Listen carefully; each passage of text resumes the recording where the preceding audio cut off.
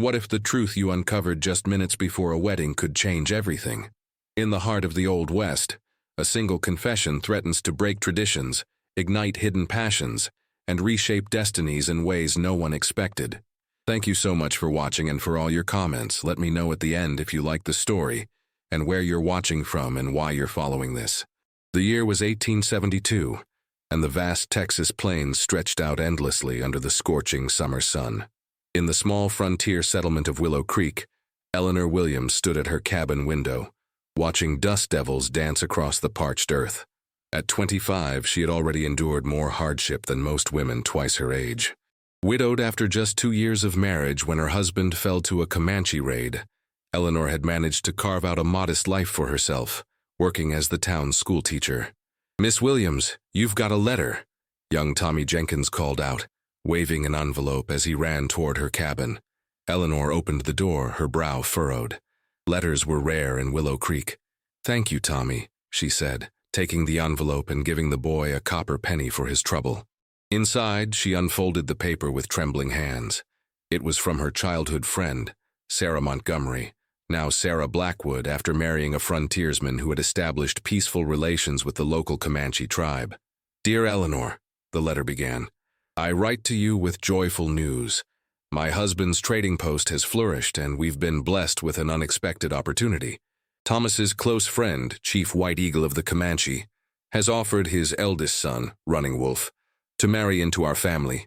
As we have no daughters, the honor falls to my husband's sister, Catherine, who arrived from Boston just last month. The wedding will take place in 2 weeks' time at our homestead. I would be most grateful if you could come and support Catherine through this transition. She is terrified of life among the Comanche, but knows this marriage will strengthen the peace between our peoples. Please come, Eleanor. I need a friend I can trust." Eleanor read the letter twice more, her mind racing. Sarah's homestead was 3 days' ride to the west, deep in territory where Comanche bands still roamed freely. The same Comanche who had killed her beloved husband, William. "Mrs. Peterson," Eleanor called to her neighbor later that afternoon. "I must journey west for a fortnight or so. A friend requires my assistance." The older woman looked concerned. "Alone? That's not safe, child." "I've arranged to travel with the supply wagon heading to Fort Davis tomorrow," Eleanor replied, her jaw set with determination. "I've already spoken with the school board.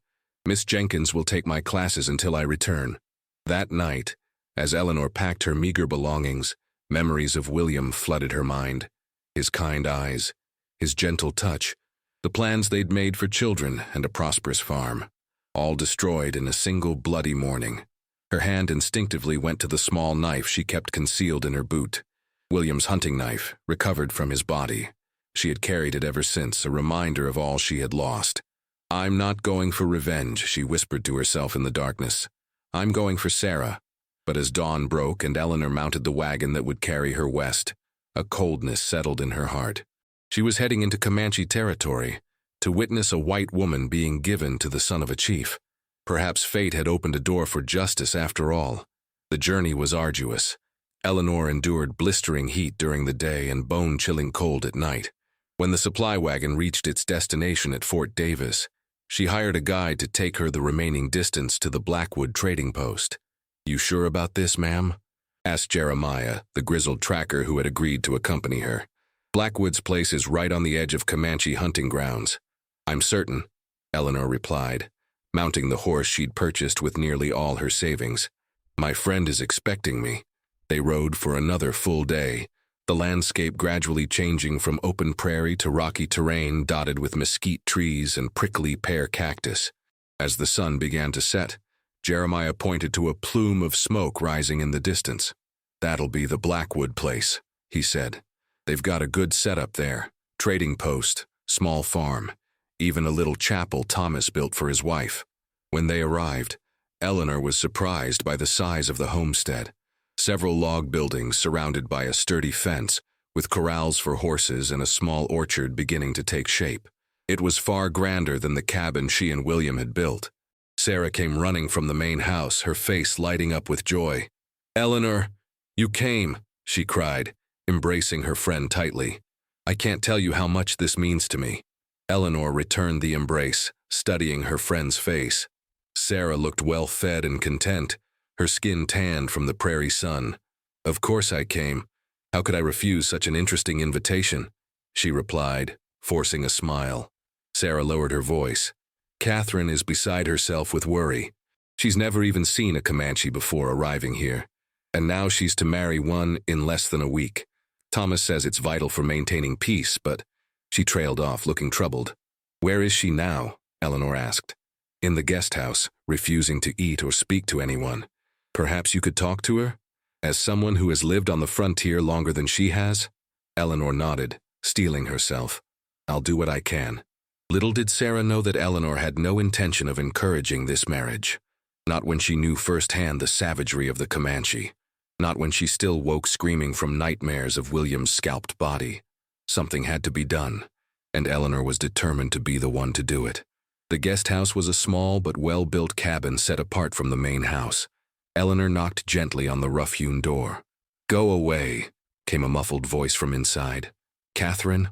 "It's Eleanor Williams, Sarah's friend from Willow Creek. May I come in?" After a moment of silence, the door creaked open. Catherine Blackwood stood before Eleanor, her eyes red-rimmed from crying. She was younger than Eleanor had expected, perhaps 19 or 20, with delicate features that spoke of a sheltered upbringing in Boston society. "Sarah sent you to convince me to go through with this barbaric arrangement, didn't she?" Catherine asked bitterly. Eleanor stepped inside, closing the door behind her. "I'm here as a friend, nothing more. May we sit and talk?" The interior was simply furnished with a narrow bed, a small table with 2 chairs, and a trunk that presumably held Catherine's belongings. A Bible lay open on the table, well worn from frequent reading. "I can't do it," Catherine whispered as they sat down. "I can't marry a savage. I came west to help Thomas with his business, not to be traded away like cattle." Eleanor studied the young woman carefully. "Tell me what you know about this arrangement." Catherine twisted her handkerchief nervously.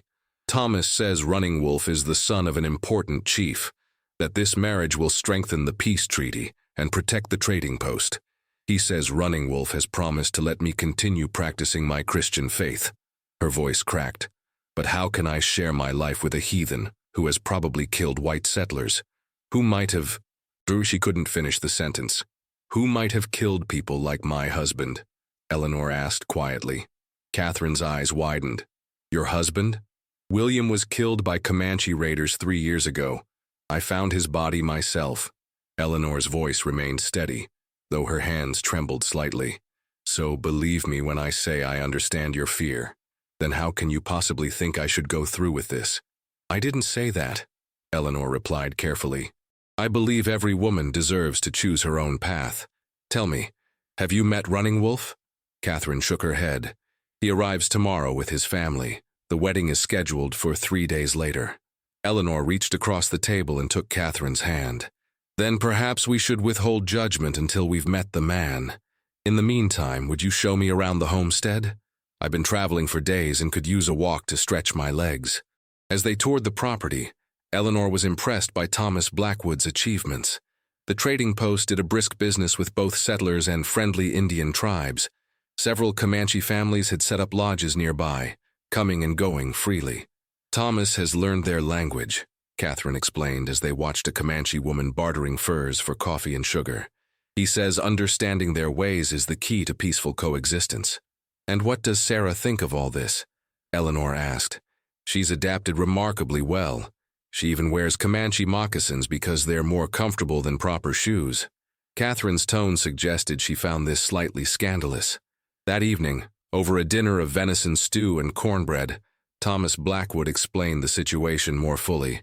"Chief White Eagle has been a staunch ally," he said, his weathered face serious. "When other bands have wanted to attack settlements, he's counseled peace. But his position is precarious. By accepting his son's offer to marry into our family, we strengthen White Eagle's standing among his people." "And what about Catherine's standing?" Eleanor asked pointedly. "Does she have no say in her future?" Thomas had the grace to look uncomfortable. "Of course she does, but I hope she'll see the bigger picture. Running Wolf is a good man, educated at the Indian school in Santa Fe. He speaks English well and has shown interest in our ways, while still remaining Comanche at heart. Eleanor noted. As he should, Thomas replied firmly. The future of this territory depends on mutual respect, not forcing Indians to abandon their heritage. Later that night, as Eleanor prepared for bed in the small room Sarah had provided, she heard soft footsteps outside her window. Peering through the curtain, she saw Catherine slipping away toward the corral. Quickly pulling on her boots, Eleanor followed at a distance. Catherine was saddling a horse, her movements frantic and unpracticed. "Going somewhere?" Eleanor asked quietly. Catherine jumped, nearly dropping the saddle. "I can't stay," she whispered. "I'd rather take my chances alone than be forced into marriage with a Comanche." "You wouldn't last 2 days out there alone," Eleanor said. "The prairie is unforgiving, even without considering hostile Indians or outlaws." "Then what am I to do?" Catherine's voice broke on a sob. "Wait," Eleanor urged. "Meet Running Wolf first. If he truly is, as Thomas describes him, perhaps the situation isn't as dire as you fear. And if not," she hesitated, "I'll help you find another solution. I promise." Reluctantly, Catherine allowed Eleanor to lead her back to the guest house. As they walked, Eleanor's mind raced with conflicting emotions. Part of her wanted to help Catherine escape this unwanted marriage. Another part wondered if this situation might offer an opportunity to strike back at the people who had destroyed her own happiness. And yet another part, one she tried to silence, questioned whether it was right to judge an entire people for the actions of a few. "Will you stay with me tomorrow when they arrive?" Catherine asked as they reached her door. "I don't think I can face them alone." Eleanor nodded. "Of course, we'll face this together." That night, Eleanor dreamed of William. Not of his death, but of their life together. The small vegetable garden they'd planted, the children they'd hoped to have, the simple joy of sitting together on their porch, watching the sunset. She woke with tears streaming down her face and a hollow ache in her chest. "What would you have me do, William?" she whispered into the darkness. "Guide me." But no answer came. Only the distant howl of a coyote and the rustling of prairie wind through the cottonwood trees. The Comanche arrived just after midday, their approach heralded by a cloud of dust visible from miles away. Eleanor stood with Catherine on the porch of the main house, watching as the procession drew nearer. Thomas and Sarah Blackwood waited at the gate to greet their guests. "I can't breathe," Catherine whispered, clutching Eleanor's arm. Her face had gone pale, and she swayed slightly on her feet. "Deep breaths," Eleanor instructed, supporting the younger woman. "Remember, you're just meeting them today. Nothing more." The Comanche party consisted of about 20 riders, led by an elderly man wearing an elaborate headdress of eagle feathers. Chief White Eagle, Eleanor presumed. Behind him rode a younger man on a magnificent painted stallion. He wore buckskin leggings and a calico shirt that looked to be of white man's manufacture. His long black hair was braided with strips of red cloth, and his face was unmarked by paint. "That must be Running Wolf," Eleanor murmured. She had to admit he presented a striking figure, sitting tall and proud on his horse, nothing like the blood-covered warriors who had attacked her homestead. "There's so many," Catherine replied, her voice barely audible. Thomas stepped forward as the riders halted, raising his hand in greeting. "Welcome, Chief White Eagle. We are honored by your presence." The elderly chief dismounted with the help of a younger warrior, then spoke several sentences in Comanche. Thomas listened attentively before responding in the same language, his pronunciation careful but fluent. The young man Eleanor had identified as Running Wolf dismounted next, approaching Thomas with dignity. "Thank you for your hospitality, Mr. Blackwood," he said in clear, slightly accented English. "My father and our people are grateful for this alliance between our families." Thomas turned toward the house. "May I present my wife, Sarah, and my sister, Catherine, who has journeyed from Boston to meet your son." Sarah stepped forward confidently, having met the chief before, but Catherine remained frozen on the porch. "Go on," Eleanor urged gently. "Just a formal greeting, that's all." With visible reluctance, Catherine descended the steps, her back rigid with tension. "Chief White Eagle," she said with a slight curtsy. "Welcome to our home." The old chief studied her for a long moment, then turned to his son and spoke rapidly in Comanche. Running Wolf nodded before addressing Catherine directly. "My father says you have hair like the summer wheat and eyes like the clear sky. He considers these good omens for a fruitful union. Catherine's face flushed crimson. Thank you, she managed to say. Running Wolf's expression softened slightly. I understand this arrangement is unexpected for you. It is my hope that we might speak privately during the coming days, to know each other better before our wedding ceremony. Before Catherine could respond, Thomas intervened. Of course. But first, let us show your people where they may set up camp and offer refreshments after your journey. The next hour was a flurry of activity as the Comanche visitors established their temporary lodging in a meadow adjacent to the trading post. Eleanor watched from a distance, noting the efficiency with which they erected their teepees and tended to their horses.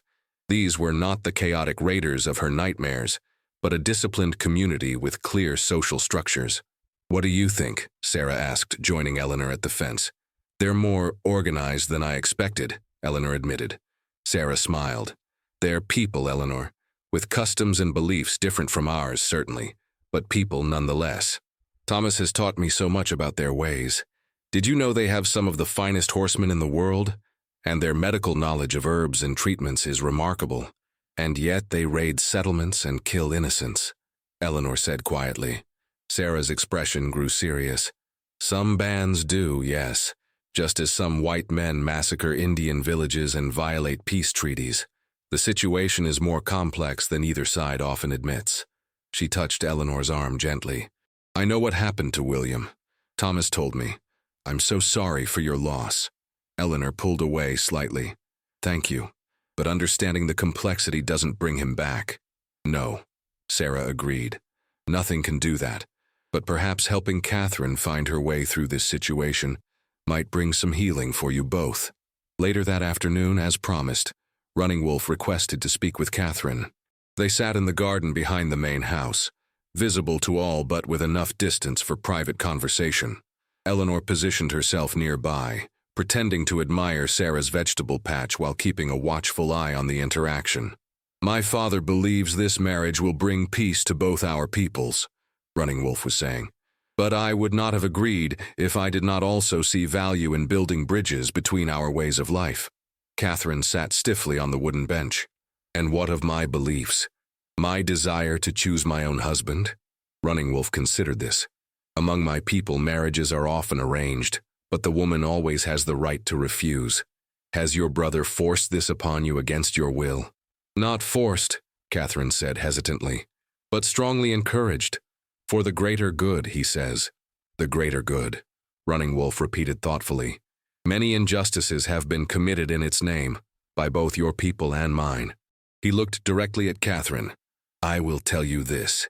If you truly cannot accept this marriage, I will not hold you to it. My honor would not allow me to take an unwilling bride. Eleanor, listening intently, felt a flicker of surprise. This was not what she had expected from a Comanche warrior. Catherine appeared equally taken aback. You would release me from this arrangement? Even after your journey here? Even after the agreements between our families? Running Wolf nodded solemnly. I would, though I hope you might give me the chance to show you that life as my wife would not be the sentence of misery you seem to fear. As Catherine struggled to respond, Eleanor noticed a young Comanche woman watching the pair from the shadow of a cottonwood tree. Her expression was difficult to read, but there was an intensity to her gaze that made Eleanor curious. That evening, as preparations for the feast to welcome the Comanche guests continued, Eleanor observed the same young woman speaking urgently with Running Wolf behind the trading post. Their conversation appeared heated, with the woman gesturing emphatically while Running Wolf maintained a stoic expression. Eleanor moved closer, pretending to gather kindling for the cooking fires. She couldn't understand their words, spoken in Comanche, but the woman's distress was evident. When Running Wolf took her hands in his, speaking softly, Eleanor's suspicions crystallized. There was history between these two, significant history. As darkness fell and the feast began, Eleanor found herself seated near Thomas Blackwood and Chief White Eagle, with a young Comanche man serving as translator. The food was abundant: venison, wild turkey, cornbread, beans, and fruits preserved from the previous autumn. Ask the chief about the young woman who was speaking with Running Wolf earlier, Eleanor requested of the translator, keeping her voice casual. She seems familiar. The translator spoke to White Eagle, who glanced at Eleanor with newfound interest before responding. That is Morning Sky, daughter of Black Hawk, who is the chief's most trusted warrior, the translator explained. She and Running Wolf grew up together in the same band. Just childhood friends then? Eleanor pressed. The chief spoke again, longer this time, his weathered face impassive. The chief says there was once talk of a match between them, but when the opportunity for alliance with the White Trader's family arose, Running Wolf accepted his father's wisdom that this new union would better serve their people's future. Eleanor digested this information slowly. So Morning Sky had been set aside for political expediency. No wonder she looked distressed.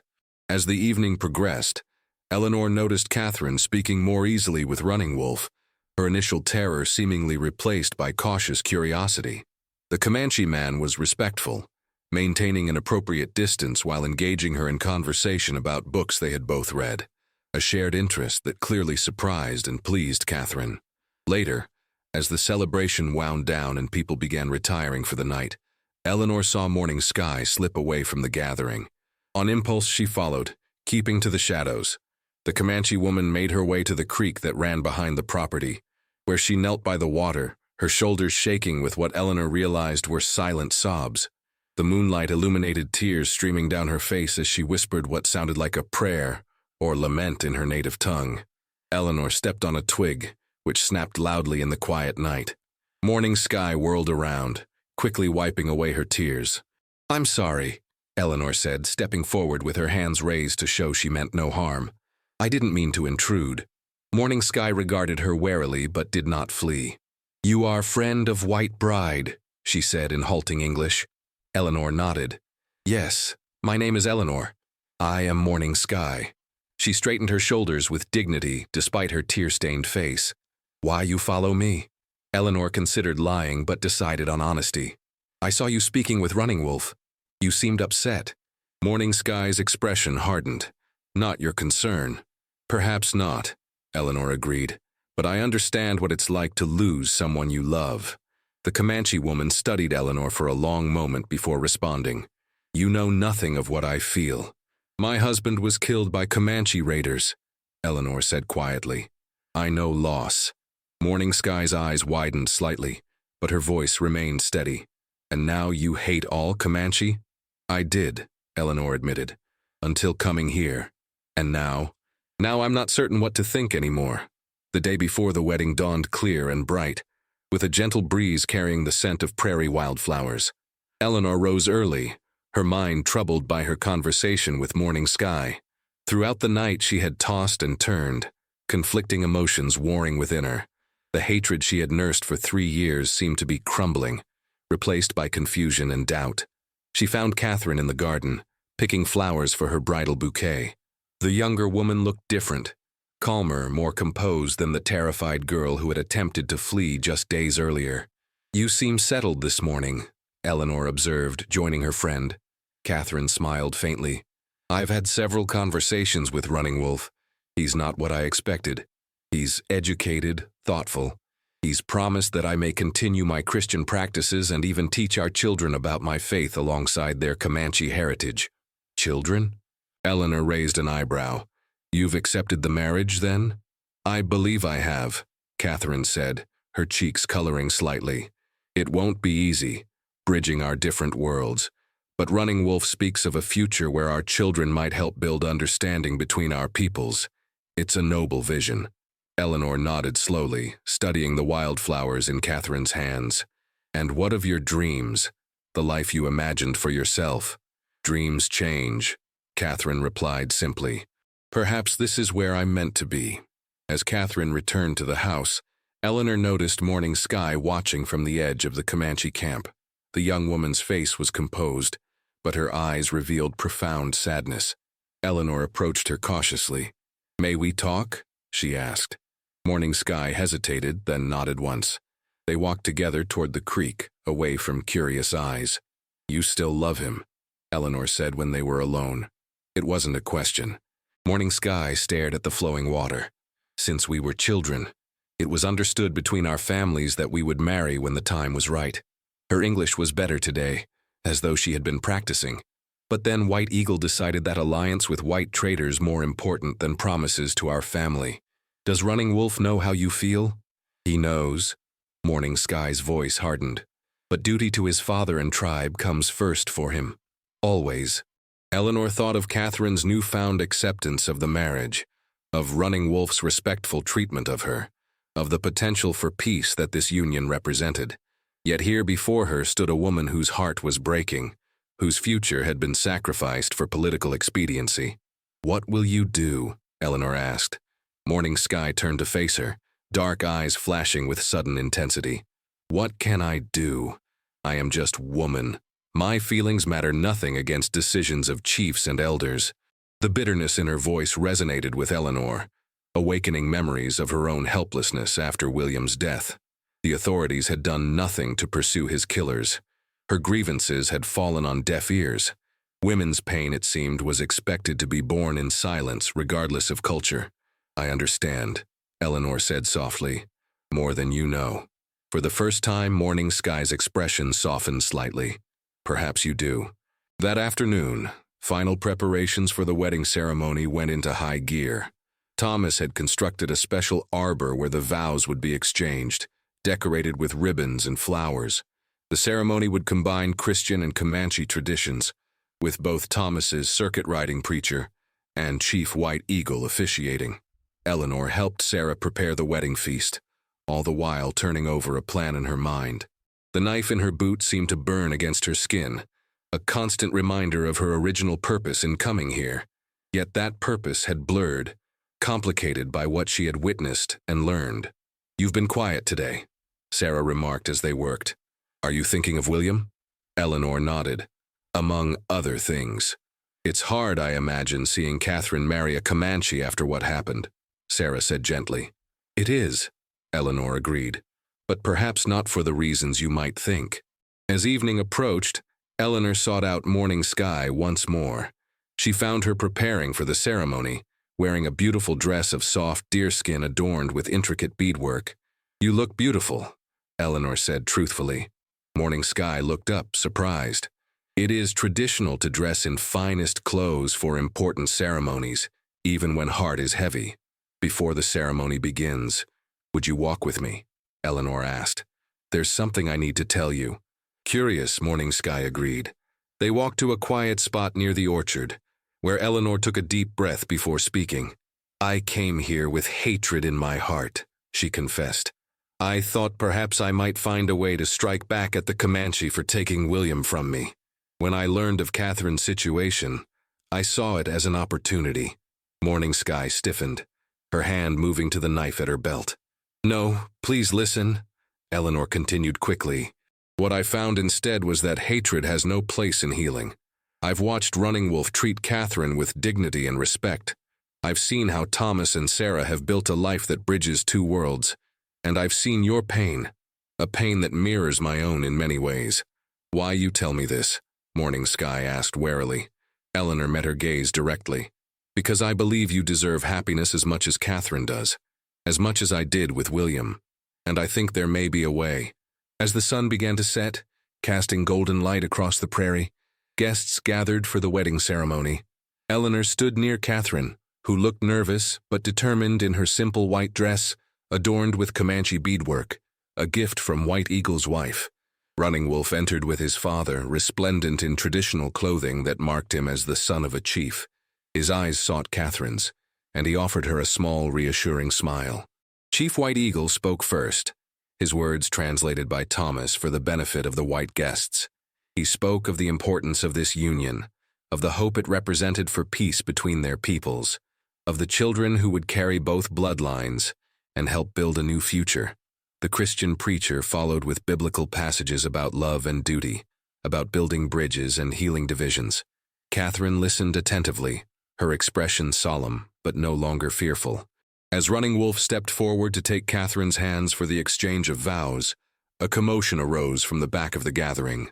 Morning Sky pushed through the crowd, her face streaked with tears, but her voice strong and clear. "I cannot remain silent," she declared in English, ensuring all could understand. "Before these vows are spoken, truth must be told. A murmur rippled through the assembly. Chief White Eagle frowned deeply, while Running Wolf stood frozen, his eyes locked on Morning Sky. Running Wolf and I have loved each other since childhood, Morning Sky continued, her voice trembling slightly.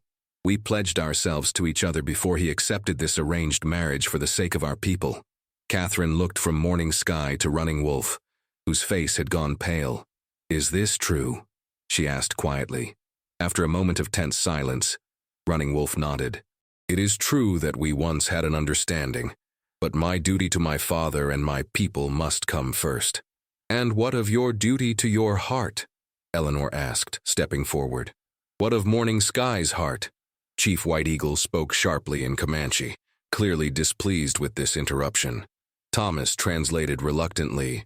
The chief says this matter was decided. The alliance with the white traders is more important than a previous understanding between young people.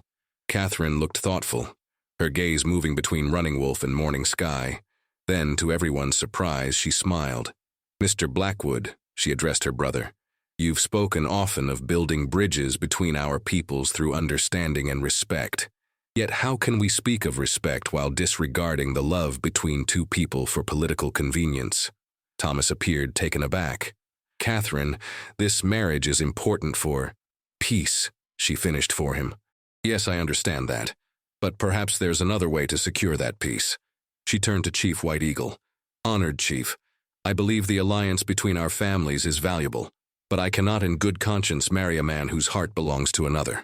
The chief's expression darkened further, but before he could respond, Catherine continued.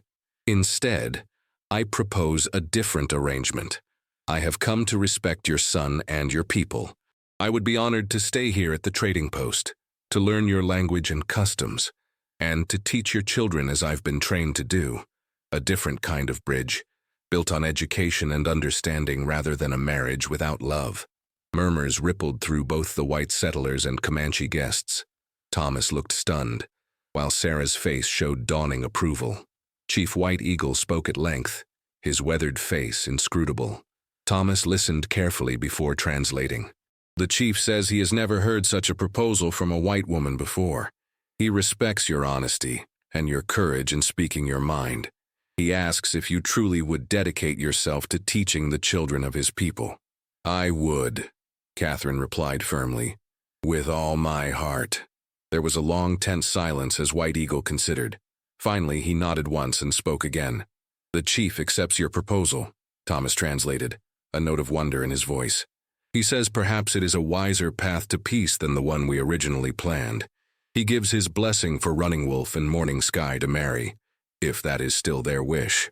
The joy that transformed Running Wolf's stoic expression was answer enough, matched by the radiant smile that bloomed on Morning Sky's face. They moved toward each other as if drawn by an invisible force, their hands clasping tightly. Eleanor watched, tears welling in her eyes. For the first time since William's death, she felt a sense of peace rather than burning anger.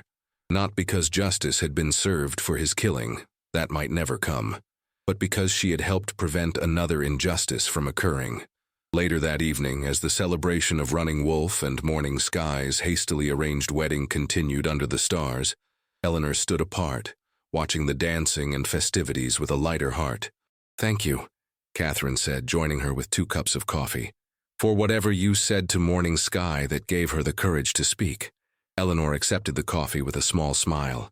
I only encouraged her to honor her heart, as you ultimately did as well. Will you stay? Catherine asked. Thomas and Sarah would welcome your help with the school we're planning to build. The children, both settler and Comanche, will need more than one teacher. Eleanor considered the offer, looking out over the gathering where 2 cultures had come together in celebration rather than conflict. The hatred that had driven her here had dissipated, leaving room for something new to take root. Perhaps I will, she said softly. Perhaps it's time to build something rather than cling to what was destroyed. As the night deepened and stars blanketed the prairie sky, Eleanor removed William's knife from her boot. She studied it in the moonlight, remembering his hands that had once held it, his voice, his laugh. Then, with a whispered goodbye, she buried it beneath a young cottonwood tree at the edge of the property, a place where new life was taking root.